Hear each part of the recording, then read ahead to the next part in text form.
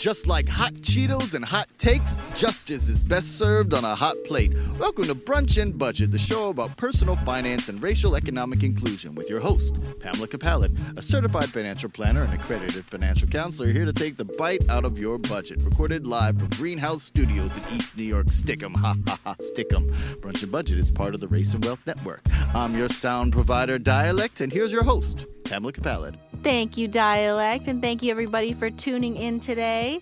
So last week, we talked about how the racial wealth divide affects your wallet, and we really talked about financial resilience and the policies that have led to the racial wealth divide. But today, we want to talk about, we're going to do a part two, because we didn't really get to how these policies actually were perpetuated by art, media, and culture. Because that's how this stuff happens. That's how we let this stuff slide, right? Is the policy happens underneath the surface, and the narrative and the story that's told above the surface is what really gets us to where we are today. I remember an online social media conversation where someone was talking about they were talking about companies and individual actors that were doing terrible things, you know, some class action lawsuits and folks who had done bad things to the environment and people who had done things to poor people and gotten folks killed and all that. And someone was responding to them being like, don't worry about it. They're going to get theirs in the end. Karma's going to get them. For the most part, people err toward the side of good, and good people usually win. And then the response to them was a long list of the atrocities done by these individuals and talking about how they were in their 70s, so it was too late for them to get theirs because, you know, they already lived a full life.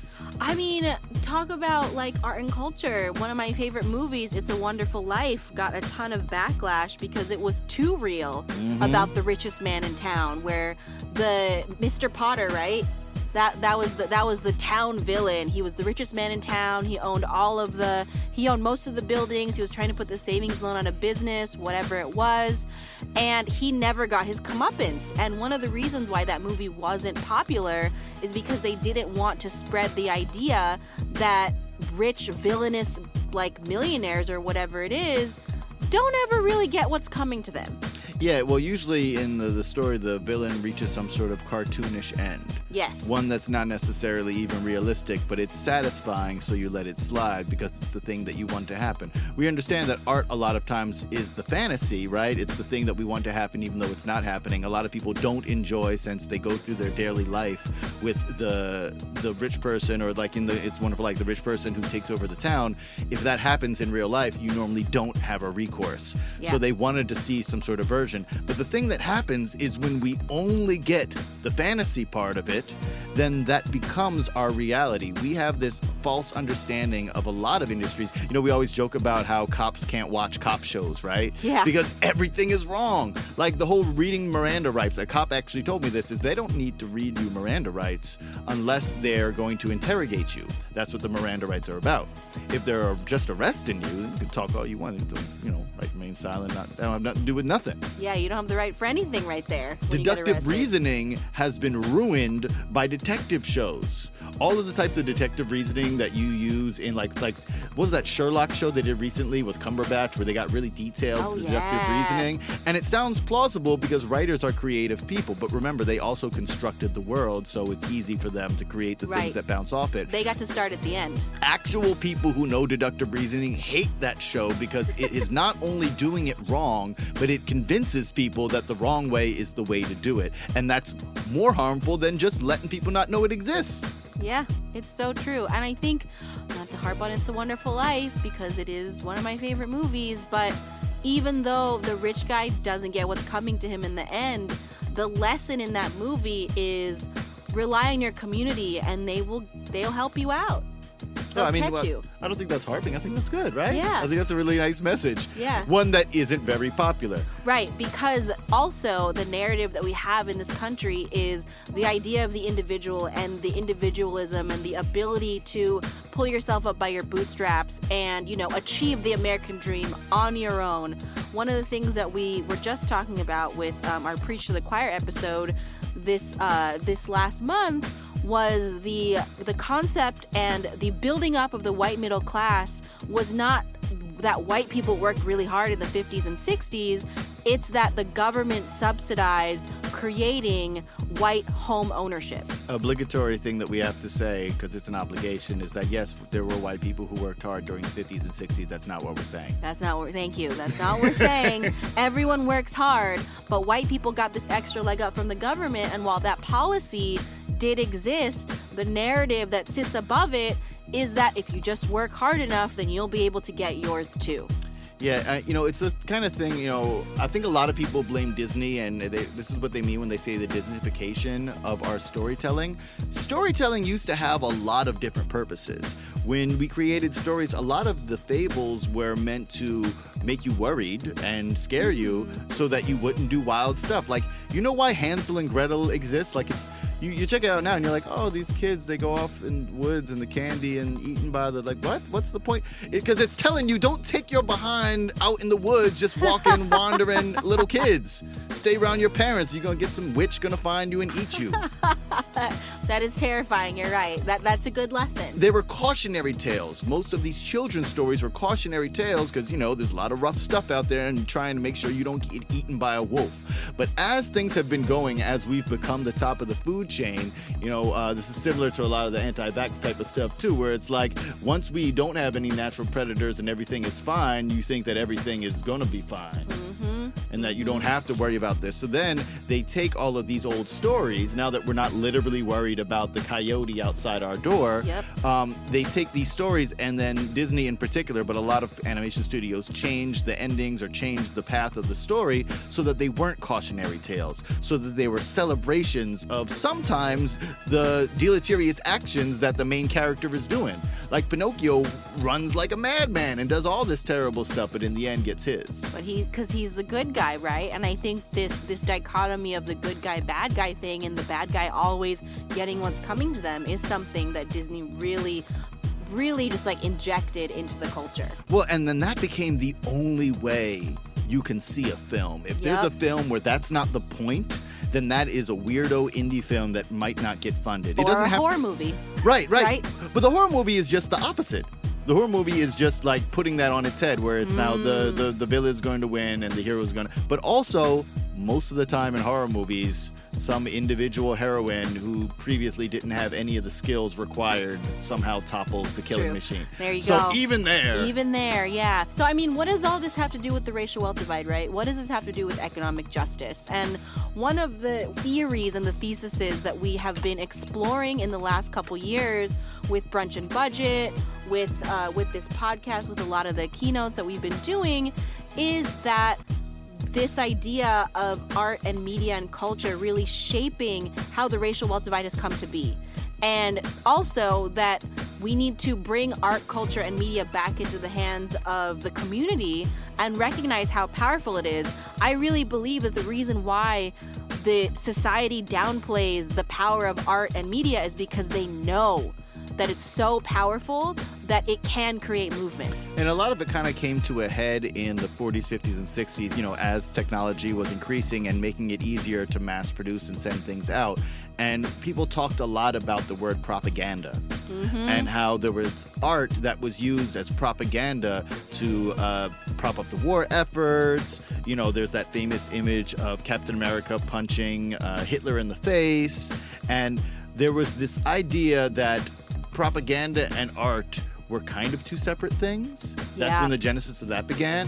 And people started separating the idea that if your art is meant to create some social purpose, ostensibly some social good, then that art is propaganda, especially if it's something that we don't agree with or doesn't adhere to our values. And then propaganda got this negative tone to it. And what's ill about that is that all of this art is the same thing as propaganda, and propaganda is the same as all of this art. So if you can make something that is not seen as propaganda, is just seen as art, then that's the way that people will just decide that that's the way life is. You can hear that when you hear folks talk today about the gay agenda in Hollywood. I hear folks say it all the time. Be like, Hollywood got this gay agenda. And I'm like, what do you mean by the gay agenda? And they're like, well, when you watch shows, there's always like a gay person. Or like a person with a gay romance, or like a person saying gay stuff. Like the character may not be gay, but they'll like say some stuff that like sideways is like kind of gay, which okay, let's not even argue like that's not happening, right? Like, let's. Yeah, no, I'm sure it's happening. Sure, why are people so upset about it? Let's accept that as truth, right? Like, that's happening, right? Yep. There's gay folks who are saying I'm gay on screens and stuff in stories. And that is propaganda to these folks because it is not the thing that aligns with their values. The thing that does align with their values are heterosexual things. And most that pieces sounds of like art, a heterosexual agenda. well, I was gonna say most pieces of art, like, you've got your rom-coms that are definitely often about a heterosexual relationship. You've got your action type of stories that are about the hero overcoming the bad guy, but also has heterosexual moments and a heterosexual thing. And why is that not a heterosexual agenda? Because being heterosexual is being straight as opposed to being crooked, and is normal. And is the thing that is normal because it aligns with my values. Because the funny thing about that is it doesn't have to do with the majority. Because a lot of folks would be like, well, majority of people are heterosexual. So it's not that it doesn't align with my particular values. It's that it's what the majority is. But we were talking on that same Preach episode you referenced about our deification of the rich, and they are not the majority also. So it's not about the majority. It's simply about it being the thing that I see myself as. Yes, absolutely. Well, and I think what's so powerful about art and media in general is that it not only creates a status quo, but it maintains a status quo. And so when you think about your own individual finances and you look at how your money aligns with your values, I want you to just, as you listen to this episode, start to question some of the values that you may have developed based on external factors. There's a lot of people out there who want you to believe what they believe, who want you to fall into the status quo, because the status quo benefits the wealthy elite. It benefits the people on top for one reason or another. And so there is this narrative that they have crafted around this that may or may not have shaped your values up to this point. And we just want to ask you to question it just a little bit and see if these values that may have been affected by external forces have affected your finances in a negative way. I'm going to ask you to do something that we probably should have done to let you know that we do this live. We be having thoughts in the middle of recording. We may actually do this if enough of y'all or any of y'all hit us up and ask us to do this. But what I would like you to do is think about the rhymes, the movie quotes, the literary quotes that in your head about money and about responsibility.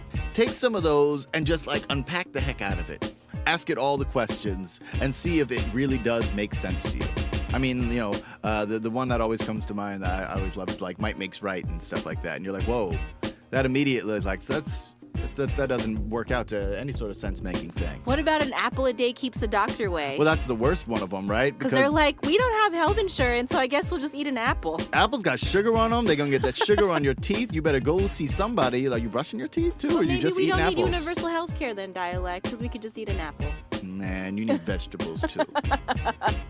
All right, so let's go to a song, and then let's start unpacking the heck out of this. Well, let's talk about food, then. You know what? Since we're talking about food, and I want to give y'all a little bit of a story that illustrates this type of thing. So, fried chicken and watermelon.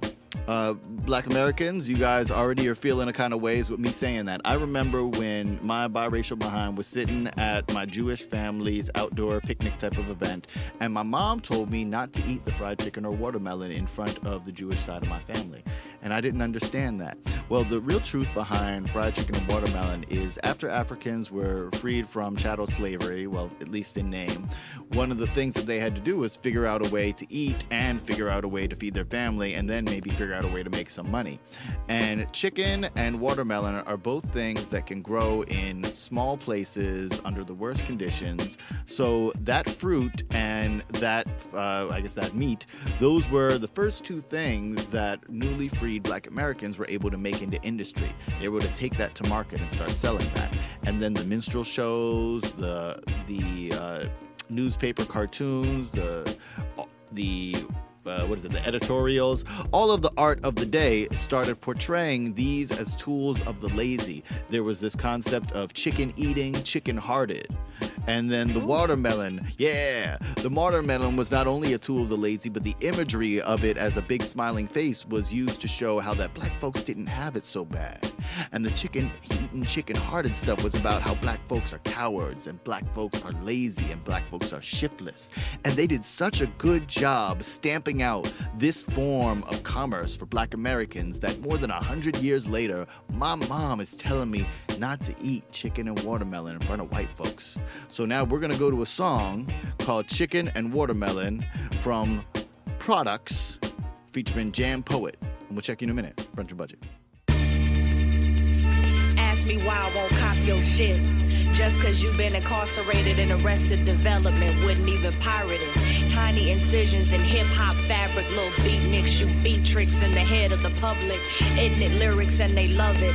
Ringling Brothers, king of clowns, Harlem shaking, southern stir, chopped and screwed down. Ankle and sample biters who need ghost writers. Shoe shuffling black males with their manhood for sale. Subjected to prose of perfected blackface minstrel shows. My Benjis don't know no Sambos. Won't bump no stereotypes in my stereo tonight. I'd rather be deaf. Don't care to keep up with the chicken-eating, chicken-hearted Jigaboo Jones. Paycheck exploitation of industry coons and clones. Twisted spit in a destructive cyclone. Hip-hop is dead and real MCs are gone. I decided when I was very young, if I can't put anything into this music, I'd rather die than to not create anything on this earth. That's the way I feel. In between guns and righteousness, fun and misery, friends, enemies, now until infinity's grudge, envious thugs, corrupting the love. Couples don't hug no more, they shove. It's a fucked up mix. The DJ of life ain't playing my shit. Motherfucker, I play bully in this bitch so I can fully exist. Mr. Suko, ain't nobody poised like Ma. I dedicate this to the bar where you discovered your heart. See, I never been a shadow that's owed to my nuts. With art, I'm so in touch, abrasive and rough. Luck is laughing in my face like she know I'm a fiend. Cause I incarcerate the cream in the vein of my dreams. Fuck a budget, I'm buying things. It takes a keen mind to know not to intervene with me and my queen. Niggas, times and coons, we love jigger, but we hate jigaboos. Yep, I'm meant to be rude. Ooh.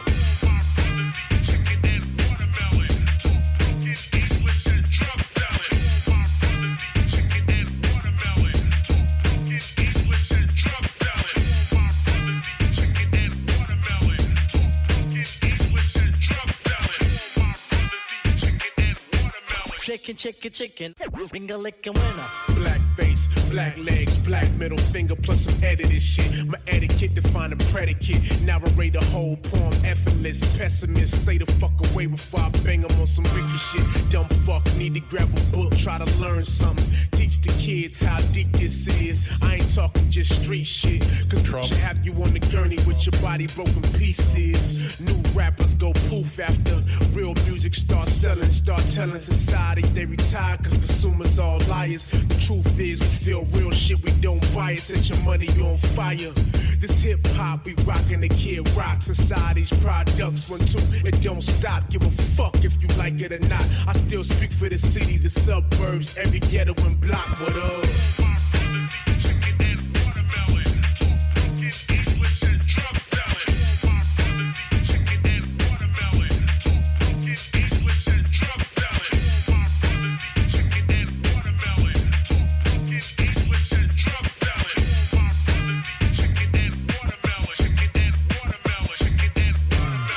Because I eat chicken and watermelon.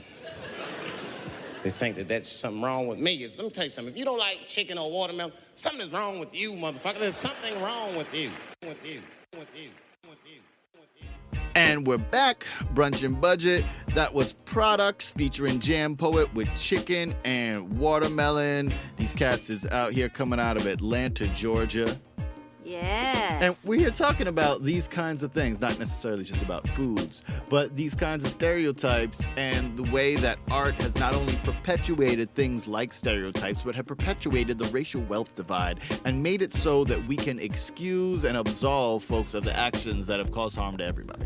Yeah, so we want to talk about 4 things today in terms of the art and the culture that has perpetuated the racial wealth divide. The first is art and media in general. And art and media, going back to what Dyalekt was saying about the minstrel shows, all the way to today when we look at social media, when we look at Instagram, when we look at Twitter, when we look at Facebook, things like that. And then we also want to talk about selective historians and how history has been written in a way that really perpetuates economic injustice. And then we want to talk about dog whistle politics, and we'll go more into what the definition of dog whistle politics are, but they're these kind of insidious things that you say a phrase and it paints this picture in your head, and you don't realize that this is something that has just created an image that is negative for a lot of Black and Latinx communities. And then the final thing we want to talk about is paths to whiteness. And I feel like every non-white race at some point was considered Black. And now we are when you think about the Irish, right, and the indentured servant, you think about the Jewish immigrants from the Holocaust, and then you think about right now, I feel like what's happening is a lot of like Chinese Americans and light-skinned Asian Americans in general are moving towards that path to whiteness. And so what does that mean when we create this like path for people to get to the point where they're also considered, you know, part of the status quo? So yeah, let's dive in. I know Dyalekt told that chicken and watermelon story, which I think is one of the earliest, most pervasive things, especially coming right out of slavery and taking away newly freed Black Americans' ability to actually create industry and to be entrepreneurs and to be business owners. Yeah, probably not the first, because during slavery there was a lot of awful stuff too that I really don't have the heart and energy to get into. If you do, feel free to go and dig into it, but please have some sort of thing to make you feel better ready. Yeah, so we'll start there. And then the next thing, I think, let's talk about the phrase Uncle Tom, because that was a book. Right, Uncle Tom's Cabin, Yep. #1 book in America, like wildfire, spreading all across, and a No really idea popular, that was the case. wonderful book that is great. It was about this slave named Uncle Tom. You know, he went through all this stuff, worked with his masters, and in the end of the book, he's part of a group that is trying to escape, to flee, and he ends up being whipped to death because he won't give up the location of these escaped slaves. Wait, so I thought Uncle Tom was a bad thing, though. Well, the phrase Uncle Tom is a slur, I think very popular in the 60s and 70s. Again, I only know that because of art and media. I actually don't know if it was still very popular in less recorded times. But anyway, where it's for a Black community talking about a person who's a sellout.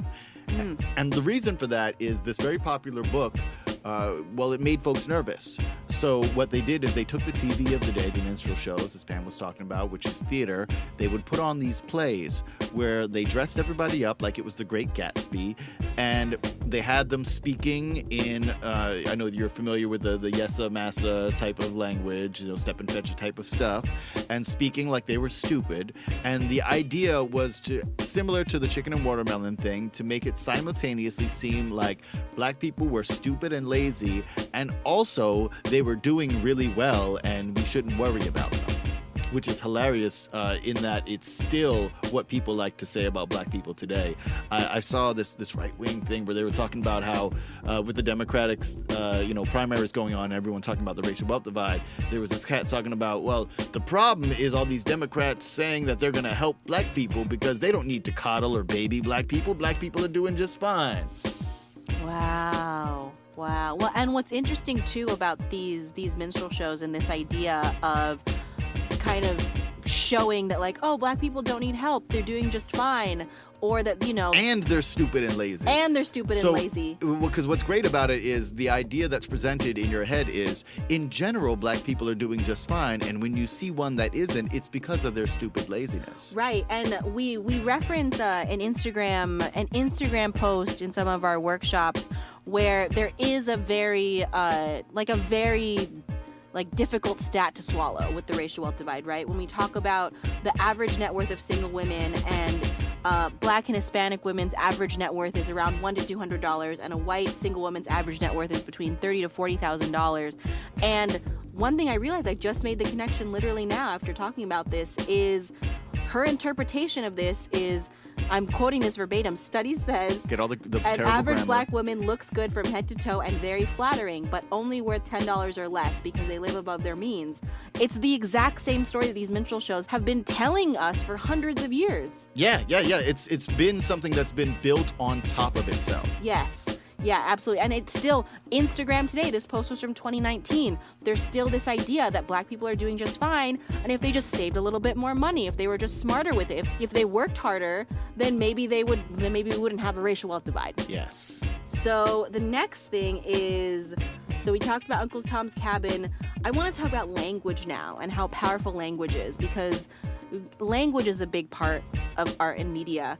And we've all heard of Black Wall Street. Or maybe most of us have heard of Black Wall Street. If not, definitely Googleable. Well, the Tulsa Massacre, yep. as it's also known as, it was popular. It's in the new Watchmen show, so it's been getting a little bit more. If y'all listen to the Tulsa Real Estate Fund, we talked a little bit about that then. Yeah, and basically what happened was there was a row of black businesses in Tulsa that got burned down by white townspeople. Yeah, they basically came and firebombed the place. Yeah, they firebombed the place, and they threatened to do it again if black businesses rebuilt themselves. According to locals, they still threaten to this day. Yeah.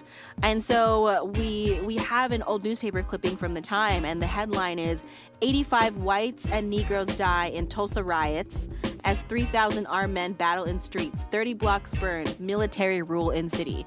So this was a huge, they call it a riot. It was definitely a massacre, especially based on, how the kind of air in the city today. But the word that we want to focus on is the word riot. Well, and riot not only socially makes it seem like, one riot is often ascribed to black people. People always talk about how, black people riot and they destroy their own property, destroy their own community. Yeah, but the thing about the word riot is when you get an insurance policy, there are these things called exclusions. And an insurance policy is required to pay out a claim unless there's an excluded event. So often there's excluded events like terrorism is an excluded event, for instance. So if there's an act of terrorism, if there's like a flood sometimes, that's an excluded event, unless you have like a flood rider. I know in a lot of renters insurance policies, if there's water damage, that's an exclusion unless you have a specific rider for it. Well, and in all of these black communities, every place that had insurance had an exclusion for riots. If your building was burned down or if there was damage caused because of a riot, then your insurance policy would deny your claim. It's act of God-like in that the idea behind it is still, we expect you people to riot because you tend to do that to yourselves. So if that kind of stuff happens, we're not cleaning up after your mess. Yeah, it's not our fault that you got into this situation. And so basically, not only were these black business owners threatened by the townspeople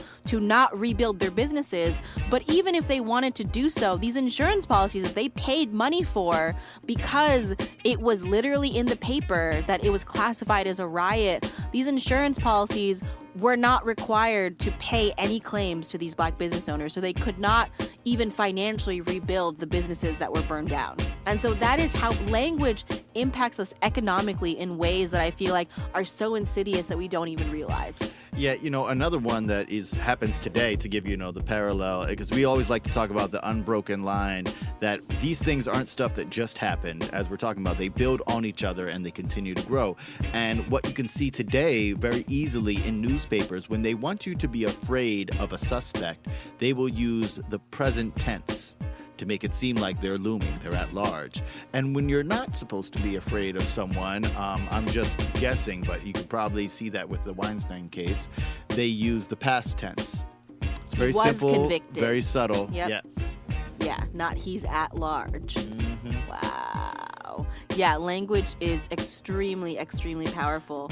Well, I mean, that's the whole point of it, is that we're using the tools that we have to create images in people's heads that don't necessarily match up with the actual thing. Yes, and speaking of language being powerful, let's talk about dog whistle politics. Okay. Yeah. So dog whistle politics. So what that means is the dog whistle thing is, how only dogs can hear the dog whistle. But they react to it. Yeah, right? and they react to it. The dogs can hear it, we can't hear it. So what people mean when they're talking about dog whistle politics is they're saying something politically that is espousing something that may be a radical idea, but under the cover of it being something innocuous and small that everyone does every day. A really easy example is the OK white supremacy symbol that was like, it was a 4chan joke where these guys were like, we're going to put up this W and it means white supremacy, but it really looks like an OK symbol, so it's plausible deniability. And like, what? No, I'm just saying everything's A-OK. No, you're the one with the problem. Right. Well, and it's usually dog whistle politics are usually things that people can get behind in terms of like one of the examples is the war on drugs, right? Drugs are bad. Like we need to, get rid of drug in the streets. The whole concept of drugs. Yeah. Of like the way that drugs were branded. Yes. Because, I mean, y'all, It's a Wonderful Life. I think when they filmed It's a Wonderful Life, I bet when you walk by that the pharmacy, you can see that they're selling heroin over the counter. Oh, you clearly do not remember this. You don't know this movie as well as I do, right? Because the opening scene is basically the main character, Jimmy Stewart's character, gets his ears knocked. The Jimmy Stewart character gets his ears knocked out by the pharmacist because the pharmacist was preparing some kind of like opiate type drug and accidentally prepared poison instead. Well, no, I didn't remember that was the case. So it's in there. It's as recently as the 40s. Drugs that are illegal now and drugs that are actually being, ravaging, white communities, right, with the opiates and things like that, were around. And so when we talk about the war on drugs, the aid for Nixon's war on drugs recently came out in 2016 and admitted that the war on drugs specifically targeted black people and hippies. Yeah, just straight up said that by name. I love how they can just say that after they retire. They're like, I want to clear my conscience. Yeah, we were here to destroy a whole group of people, and we did it. Yeah, we did it 40 years later. And they used the phrase war on drugs because it sounded scary. It sounded like something you would get behind. Oh, drugs are bad. They're ruining communities. They're destroying lives. They're killing people. Of course we should eradicate drugs from the community, right? What do you think of when you hear the word hippie? For the most part, most people, they'll say lazy, doing drugs, anarchist, radical, free love, smelly, dirty. Yep. Something that's dangerous, something that's unlikable. There's a ew hippie, and that's where that came from. And they're telling us later that they just did all of that so that they could make sure that they had these people under their thumb. Because what's real about hippies is that hippies were activists. Hippies were revolutionaries. Hippies weren't lazy at all. Hippies were getting things done. Yeah. And that was something they had a problem with. They were trying to end the Vietnam War. They were people who were multiracial, who aligned themselves with black power, who aligned themselves with women's rights. They created this coalition of folks that we see today when we're talking about marginalized people who work together or should work together. Well, and what's interesting too is also when I hear the word hippie, I think of a white person. Yeah. So it's specifically like, oh, these like smelly people who are not part of the culture, who are trying to counter the culture and all of that stuff. And I think it's just really interesting that you hear this phrase and you hear the word and how quickly like a stereotype conjures, right? Yeah, so the thing with that reminds me of for today is then we also have, like, we had the hippies, right? And nowadays we have the hipsters. And that's anybody who wants to do something counterculture, right? Yep. Someone wants to do something counterculture. And not only the hipsters, but then we also it kind of bled into the social justice warriors, where everyone ascribes this rich white ideal on to both the hipster and the social justice warrior. And the statement is that all of those ideals that you may agree with that they are fighting for, they don't really believe in them because they don't need them. They're really just rich white people who are out there having fun. Yeah, and I think today we can see the analog for this narrative when we look at what people are calling the opiate epidemic in white communities that I referenced, right? It's why isn't there a war on drugs now? It really, when we look at the war on drugs, it was really the genesis of mass incarceration. Yeah, and a point that I was making that was like not exactly aligned with that. I just want to be clear. What I was saying about the hipsters and the social justice warriors and the hippies and their alignment with all of that, it's that they were being shown to be bad because they were looking out for marginalized people. Yes. And thusly since they were like, oh, we can't necessarily take a multiracial coalition of people and make that a stereotype. We'll just say, well, there's a lot of white people, and these white people that are part of it, they are shameful for being a part of that because they're fake. It's also where crappy stuff like the word wigger comes from. And hey, white people, if you say the N-word in front of me, you're probably going to get punched in the face. If you say wigger in front of me, you will also going to get punched in the face because that's just a contraction. Yeah. So just fair warning. It's the same thing. So now let's talk about the phrase welfare queen. It was coined in the 80s by Ronald Reagan. And I just want you to stop and think about what image comes up in your head when you hear the phrase welfare queen. Who is she? Who is this welfare queen? Queen England? She, no, I'm gonna say some real stuff that's gonna open up a bunch of can of worms that we're not gonna talk about, but please discuss amongst yourselves and holler back at us if you feel like you need to unpack more. Welfare queen looks like Lizzo. Whoa. Like her outfit and everything. Mm-hmm. Whoa. So is Lizzo breaking down the stereotype? No, I love Lizzo. No, I should say that I'm a big fan of Lizzo, and I don't think Lizzo is perpetuating the welfare queen type of thing. And I don't know her or her work well enough to know that. No, she's breaking down the. Oh no, she is, but yeah. I'm like, I don't know if she's intentionally being like, I have the look of the welfare queen, so I'm gonna, do something about that. But definitely, her work is counter to that. Yeah. Wow, that's so real. But I say that because there is like a prominent black woman right now who is celebrated because she's talented and because she's really honest with her stuff. And people do have the same type of vitriol they had for the mythical welfare queen of the 80s. They really do. Oh my gosh. Outfits that she wears that a skinnier person would wear, a thinner person would wear. She gets so much hate for it. Well, you gotta love. It was something about her wearing a thong at a public event, and people were mad. And it was the same year that J-Lo re-wore a sexy, skimpy butt display and dress that she'd worn several years ago, and everybody was all about it. Yeah, everyone was celebrating that. That was fine, right? Well, and what's interesting too about this. Oh, before we get into that, can we like tie some stuff together? Let's tie it together. Because I'm thinking about the Lizzo thing and how not celebrated and all that kind of stuff, and the welfare queen, right? So, and then talking about the black imagery that we've been doing for years, the idea that black people are lazy. Also, things that have been tied to it, people who are overweight, have a lot of fat on them, yes, have also been described as lazy, and you'll see terrible. Oh, I was going to say the Jillian Michaels thing. Yeah. She was like, why are we celebrating diabetes? I wish we could just make it about the music and not celebrate the diabetes that I'm sure she's going to get. Yeah. Yeah. Yeah. Although I kind of hope Lizzo makes a song called Diabetes. I know, right? Meanwhile, Lizzo is like running around on stage 2 hours a day while playing the flute, singing live, and dancing with her ballerinas. Well, and if she does die from some sort of medical condition, good, because she's a person, and that's what's going to happen to most of us. That's just what happens, yeah. Exactly. And so this idea of the welfare queen, still, even from the 80s, we have this comic where it was referenced during Obama's campaign in 2008, 2012. Yeah, well, I mean, the welfare queen continues to be a thing, even though I will never stop saying the only welfare queen I know of lives in England. Yeah, for real. Props to the people who got out. Yeah. Props to the people who got out. Was that real? Yo, was that Get Out Part 2?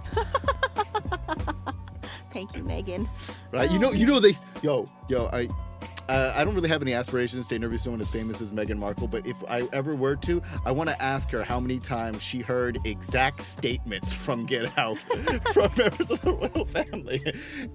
Oh my God, too much.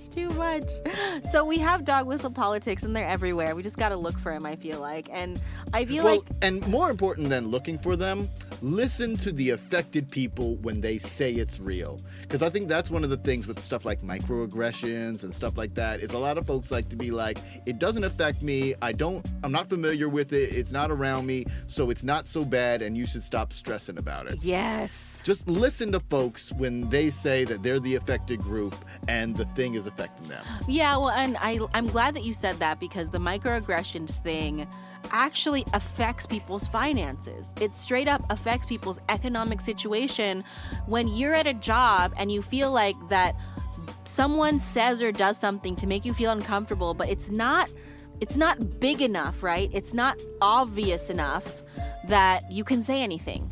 it's just these little cuts chipping away at you, and eventually you might have to quit that job. You may have to, do more self-care more often. You might not be able to concentrate on saving. It might be causing you an amount of stress that doesn't allow you to actually feel financially stable. And so these kinds of insidious things, dog whistle politics was like, I feel like the institutionalization of microaggressions, right? Well, I mean, I'll put it like this when it comes to the microaggressions thing, because I don't want to get into... There's a lot of counter arguments folks will make to this kind of thing, and I'm going to put it like this.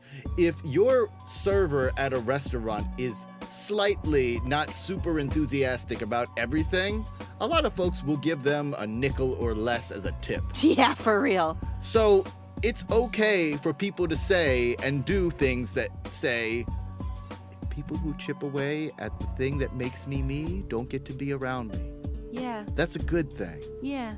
And we're not going to get into like how heavy it is or if you can take it or too much and all that kind of stuff, because that's a whole nother argument and a whole nother conversation that'll have nothing to do with nothing. But yeah, it's okay for you to step away from that situation. So now let's talk about the paths to whiteness. Yeah, because that's a weird phrase. Yeah. The path to whiteness. So like, Yes. what is that? Is that like skin bleaching?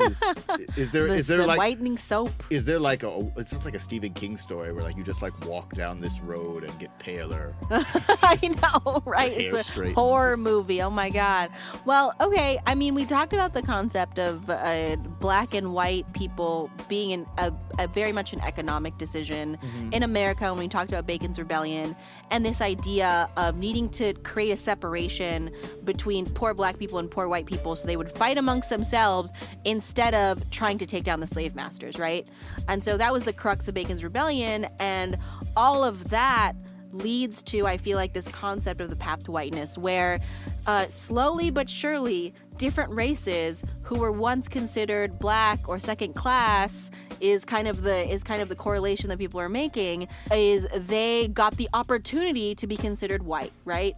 And so I feel like so many people make the argument about the Irish were slaves too. You hear that all the time, right? The Irish were slaves too. Not factually true. Not factually true at all. They were indentured servants who could eventually gain their freedom. But this idea that Irish Americans at one point in the United States were considered black, right? And then eventually they were able to gain the status of being considered white. And now people who are of Irish descent are considered white people in America. They're treated like white people in America. By the way, American history buffs are doing a lot of history paraphrasing for folks, again, about like stuff that are other longer conversations. Yes. Yes. This is the Cliff Notes version from someone who is not a history buff, but Cliff Notes? How old are you? Spark Notes are even out. I know, I'm super old. What is it now? Wikipedia? Wick Notes? Just notes. It's your Just notes. notes. Your notes app. Just your notes app.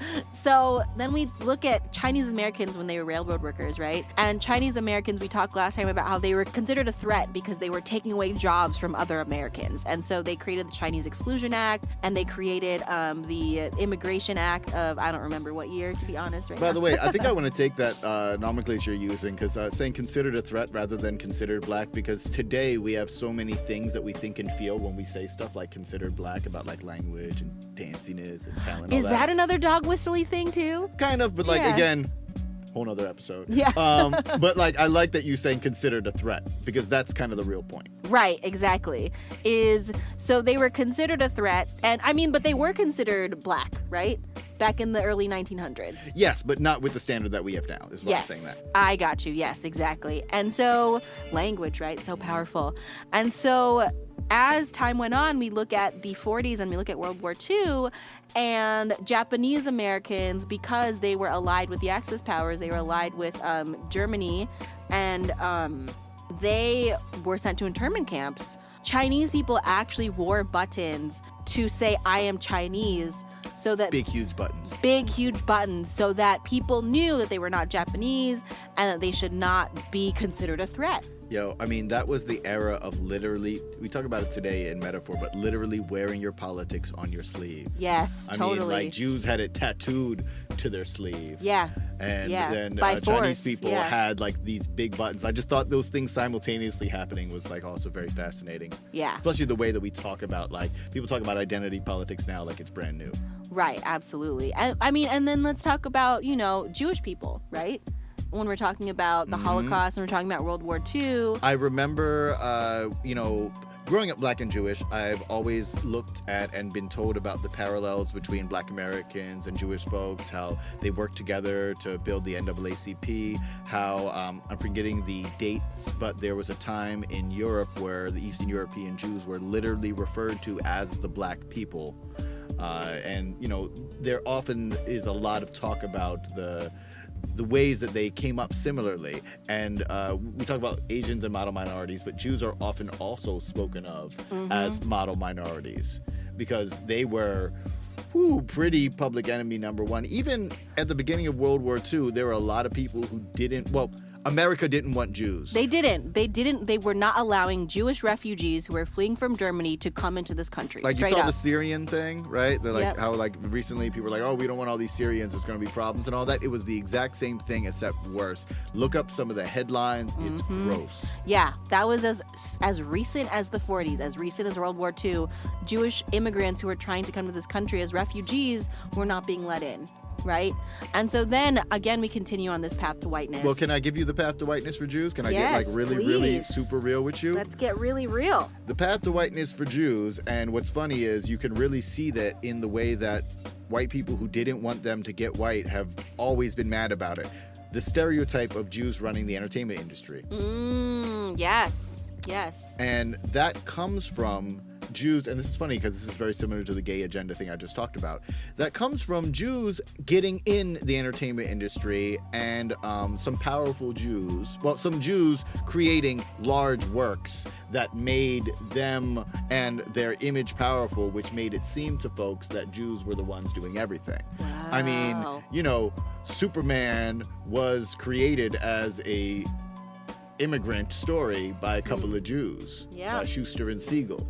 And so many of our storytellers of the 1900s, I mean like all of the 1900s, because you can go back as far as Simon and Schuster and you can come up as recent as Steven Spielberg and see that a number of Jewish people have worked really hard at making sure that people understood that Jews had terrible things done to them and were a noble people. You know, the Eisner Award-winning comic Mouse that depicts things. I also think about when I was a kid, and I definitely watched An American Tale 80 million times.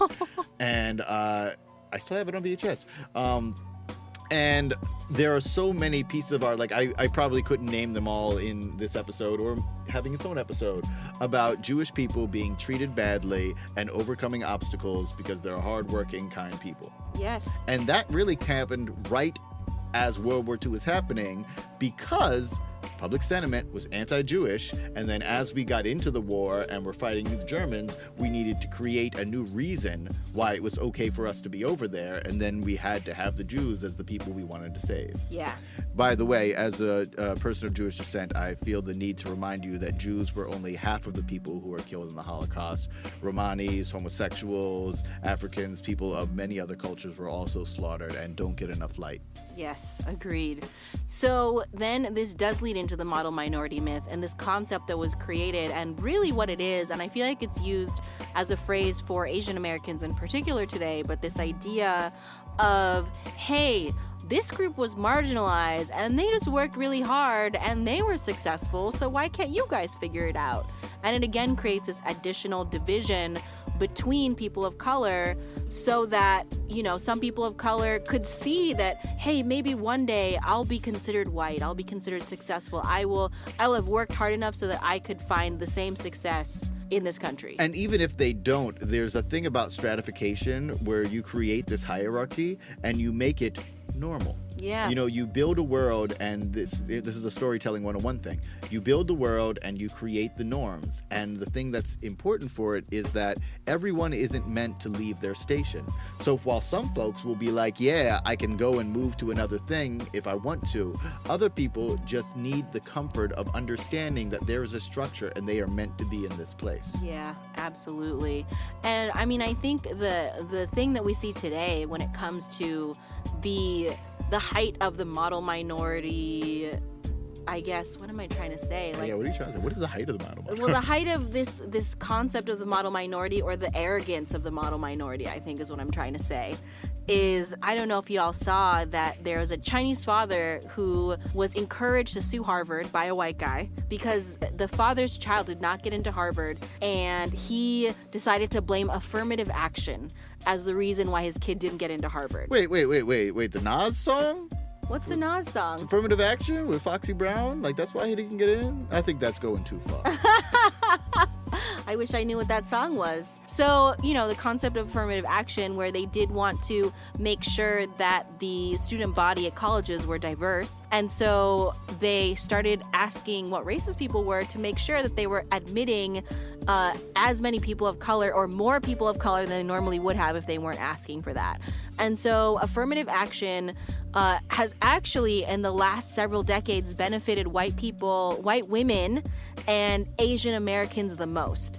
And so this Chinese father who's trying to sue Harvard has probably benefited from affirmative action himself, and a lot of other Asian American families have benefited from affirmative action. And so now what's happening is he's like, well, I got to this point, and now I want my son to be able to get to this point, and it's not fair, and let's get rid of affirmative action when it's the thing that got him to the place that he's in now. And one thing that I think is really interesting, again, when it comes to this concept of the model minority, is we start to look within our communities of color as the problem, and not the fact that the white supremacist structure is the reason why his son didn't get into Harvard. You know who took your spot? You know who took that son's spot? Is all the legacy students whose white parents got into Harvard previously, and they just got in because their parents were in before. Can I talk over a thing about art and affirmative action? Yes. So I like a lot of indie art. I like a lot of indie everything, from the songs that we play here on the show. We dig to find indie artists, and they're like, some of these guys, this is like the only project they've even made. And what I love about indie art is that it's challenging rather than comforting. And I think of a pair of films from the civil rights era malaise explosion of a dream deferred time period, where some folks got real with their art and it scared folks into action. One is A Spook Who Sat by the Door, and the other is Putney Swope. Both are stories of affirmative action. These are black writers and black directors who are creating these stories. And A Spook Who Sat by the Door is about the first black CIA agent who is gotten because of affirmative action, and then he becomes a CIA agent and is a model agent for 5 years, retires, goes back to the hood in Chicago, and teaches all of the gang members CIA tactics, and black people take over the country in violent revolution. This was a very popular film until it was shut down and kind of like censored. Well, I guess, yeah, basically censored, in that when I heard about this film in the 90s, it took me 10 years to even find a dusty, dirty DVD copy, because most of them had been destroyed and it had been taken out of theaters. The other film is Putney Swope, which is a more surrealist type of film, but one about a black guy who, through affirmative action, was put on the board of a major company, and then when it was time to vote for a new president, everybody voted for the black guy because they didn't want to vote for each other, and they were hoping that that would make them win. So then that black guy became the CEO and then started doing a bunch of revolutionary stuff with the company and taking over. That scared folks. Oh. This is the thing about challenging art. And this is like, a lot of comforting art people don't dig because it doesn't help people, right? It makes you feel good in the moment, but it doesn't move the needle. It doesn't make change. And we look at a lot of like the more aggressive, more challenging art, and we love it because of its ability to make change. And these films are, along with a lot of other art, are ones that actually were making enough change, similar to the Uncle Tom's Cabin, that it scared people into doing the thing that often our quote-unquote free speech advocates are all, really anti, is they shut these pieces of art down. Oh my God, can we go to a song? Because I think you just messed me up. Did I mess you up? Was that too much? What? Is the art? Yeah, you ain't even know about that, huh? Wow. I'm gonna go to actually a really dope song. Ooh, okay. Yeah, this one is about the subject, but it's a little bit different from where we're at, and I appreciate it, and the style is also really interesting. This is an artist named Uncle Tom and Associates, and a song called Foolery, like Tom Foolery. And then we'll be back in a minute. Brunch and Budget. Lay my head get down. Bloody knuckles, body beating hard is beating pretty hard now. Fall apart to find a part to play or be put in one and let my guard down. Hard to follow, hard to swallow, falling faces when I bring the attitude. Chisel jaw clenching up upon the looks from pussy niggas on the avenue.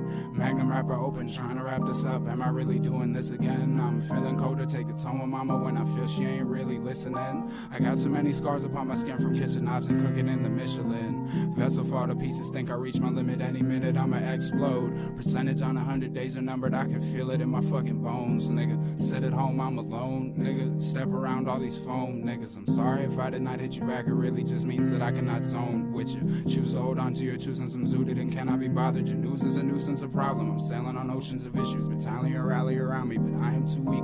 Told to the keeper, keep all of my niggas held down. Skip atop the water, where the fuck am I supposed to go now? Sunken ship within the sea, I feel as though I should have drowned. Like David in that fucking swimming pool. Intelligently artificial, ignored until it gets physical. Oh, now they can speak, now they can see me on top of the peak. Gather up your army, sensing defeat. They're coming for me, I needed to breathe. The coldest wind escorted by the sight of evil with their vacant energies. Become the elite or face execution in the face of your greatest enemies. My pestilent presence, observing the pressure applied in the face of deliverance.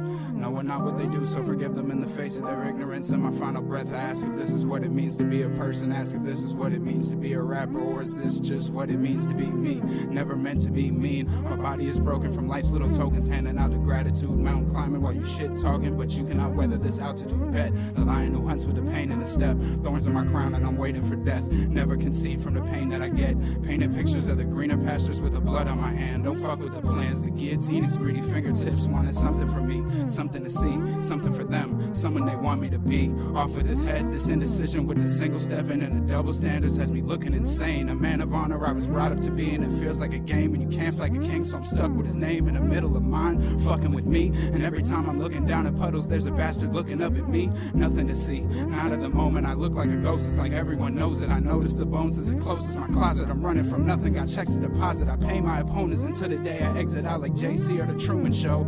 Thank me at the funeral. Men have been buried, my mannequins mad at a nigga. I am who I am, for he is I and I am him. A passenger upon a ship, searching for the land, for seeing solitude upon a cliff. How hard will I land? What was the plan? Master of death, taking a stance, bringing the doom like metal in my hands, bringing the strings, Geppetto my mans. Afraid you found your Portuguese prince playing Purple Rain back in school, cause you ain't really want me. Go and play a nigga for a fool. Settle for some pussy, trying to trap a nigga with a kid like it's fucking cool. And I'm dead inside cause they're using me, and I set aside just for you to see. When I fucking die, this my eulogy, and I stand atop a podium screaming carpe diem to these fucking demons. Do them dirty to these niggas going clean and solar beaming on a sunny day. Tomfoolery, tomfoolery. And we're back. Brunch and Budget. That was Uncle Tom and Associates from New York. They didn't specify whether state or city with their joint Foolery. I love you talking about words and wordplay again, right? Uncle Tom plus also tomfoolery. Mm-hmm. And clearly this artist understands not only the real story of Uncle Tom, but also the public image of Uncle Tom, and is sarcastically using that name and that vibe. That's awesome. Challenging art again. Challenging art, which is like, it's tough, yo, because like, my bad, Uncle Tom and Associates, if heads are like fronting on this type of thing, because a lot of people will look at surface elements and then determine whether they think that's for them or think that's a positive thing. And there are plenty of people who will look at a name and say, Uncle Tom and Associates, oh, you a sellout. Right, exactly. What if you give it a try? Yeah. And I think that's true. the ill and pervasive and really genius thing about a lot of this harmful pop art, is that it, just by virtue of its existence as a standard, it makes it so that challenging art is then demonized and something that people further don't want to deal with. What the heck do we do with all of this, right? And I think I said at the beginning of the episode, but we just now went through all of it. And it's not even all of it. I feel like we just hit the tip of the iceberg, right? I feel like that I know that when I started learning about this stuff, and Dyalekt has taught me a lot of the stuff, to be honest, with all of the art and media that surrounds this racial wealth divide, is it's everywhere. When you start to see it somewhere, you start to see it everywhere. And we hope that by listening to this episode, you start to question where the art and media that you're consuming is really coming from, and what status quo they're trying to perpetuate, and what insidious things they may or may not be trying to do to get you to just stay where you are. In the movie Terminator, the robot automation from the future is here to destroy us, but by the 90s, that same robot automation from the future is going to save us. Wow. Yeah. It's in just everything. Like 5 years. It's everywhere. I have so many examples I could pull out my behind. So when it comes to just examining your own personal finances, and I think, our theme for this year, if we have any such thing as that, our theme for our life is that personal finance is a revolutionary act. And when you can start to think of your finances as a way to empower you and also empower others around you in your community, and you can start to see that having a savings account and aligning your spending with your values and questioning these systems and really trying to understand how to design new systems, if you have that ability, is something that can really lift us all up. I'm sorry. I know that challenging systems is hard. It's hard. It feels tiring. Impossible. One thing that we will tell you about things like challenging systems, please can you look at it the same way we tell you to track your expenses? Do it one at a time. A lot of us want to see a better world. And a lot of us want to be a part of that and change the world for the better. And I think one way that we end up burning ourselves out is we try to do all of it at once. Yeah. And it's like, I want to start recycling, right? And recycling is a good thing, but we're using so much water to rinse off the thing, so recycling. So now I got to fix the water and the recycling. But the recycling industry isn't equitable for the communities, and trash is getting dropped off, and everything has a can of worms in it. And the thing of it is it's true, all of it's true, and it's all real, and it's all terrible, and yes, we do want it to be better. You're not going to make it better by trying to jump on the pile at once. At best, it's going to wear you out, and you're not going to want to do it anymore. Find the thing that you can do. Find the place where you can find comfort in discomfort, and then make that happen, and then keep pushing. Because that, as Pam was saying, that is your responsibility. Your responsibility to get more fun about words is your ability to respond. What can you do? In Preach to the Choir, we are at the end of each episode, we often ask, at least you can do the most you can do, not the worst. I was like, ooh. But it's about finding that place where you can create a space where you are uncomfortable, where you are challenged, where you are doing things. When people are talking about fitness and they talk about how creating a muscle is tearing it in order to fill it and then make it new, and how pain is weakness leaving the body and all that kind of stuff, please take those same metaphors for your comfortability with the status quo and the world around you. Otherwise, we're going to keep running in place. Running in Place is the title of a song that I played on a previous Brunch and Budget by this artist who used to go by the name Finite, but now has changed his name to Vigil. And Vigil is asking, in fact, for the same record from the album Responsibility, 2 words, who will? And remember, if you don't, who will? If you do like the show and you listen to it, please rate us on Apple Podcasts. It helps other people find the show, and we can spread the message. Yeah, and if you have particular thoughts that you want to say and share about that, we're open to hearing all that stuff too. We really want to hear from you, and we love when we have these conversations and this discourse about racial wealth divide. I know it's tough, but remember, like the other podcasts we have, you don't know much, you can know that one thing. We gotta preach to the choir so we know what to sing, right? That's the whole thing that we're doing here. So build, share, and make stuff together. We're gonna leave you out with Who Will from Vigil, and we'll check you next time. He's out of York, Pennsylvania, by the way. Brunch and Budget, Race and Wealth Network. Peace.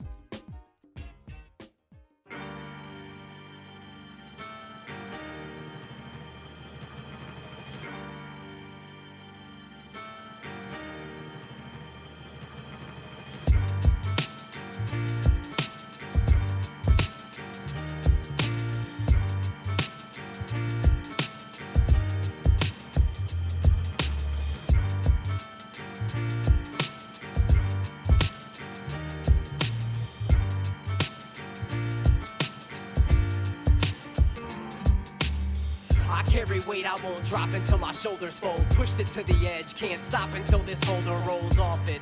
We all bought it, we were told it's gold, shaping our identities and picking every goal we hold. I thought that we controlled the mold, but I was wrong. Thought that from a distance I could listen to the siren song. Thought that I could simply ride along free of charge. Feet and arms buckled, muscles struggling to be at large. All we wanted was to see the stars. Now we're breathing hard, trying to catch a glimpse of anything between the bars. Leaving scars we don't recognize, spreading lies toxic as insecticides. Innocence is jeopardized. Underwater in the fountain of youth, basically drowning out the sounds of the truth. The muffle heaven's cries. Desensitized, smart but reject the wise. Testifies to the fact we're running out of second tries. If I don't show them how to fight, then who will? If I don't focus on the light, then who will? If I don't know without sight, then who will? Then who will? Tell me who will?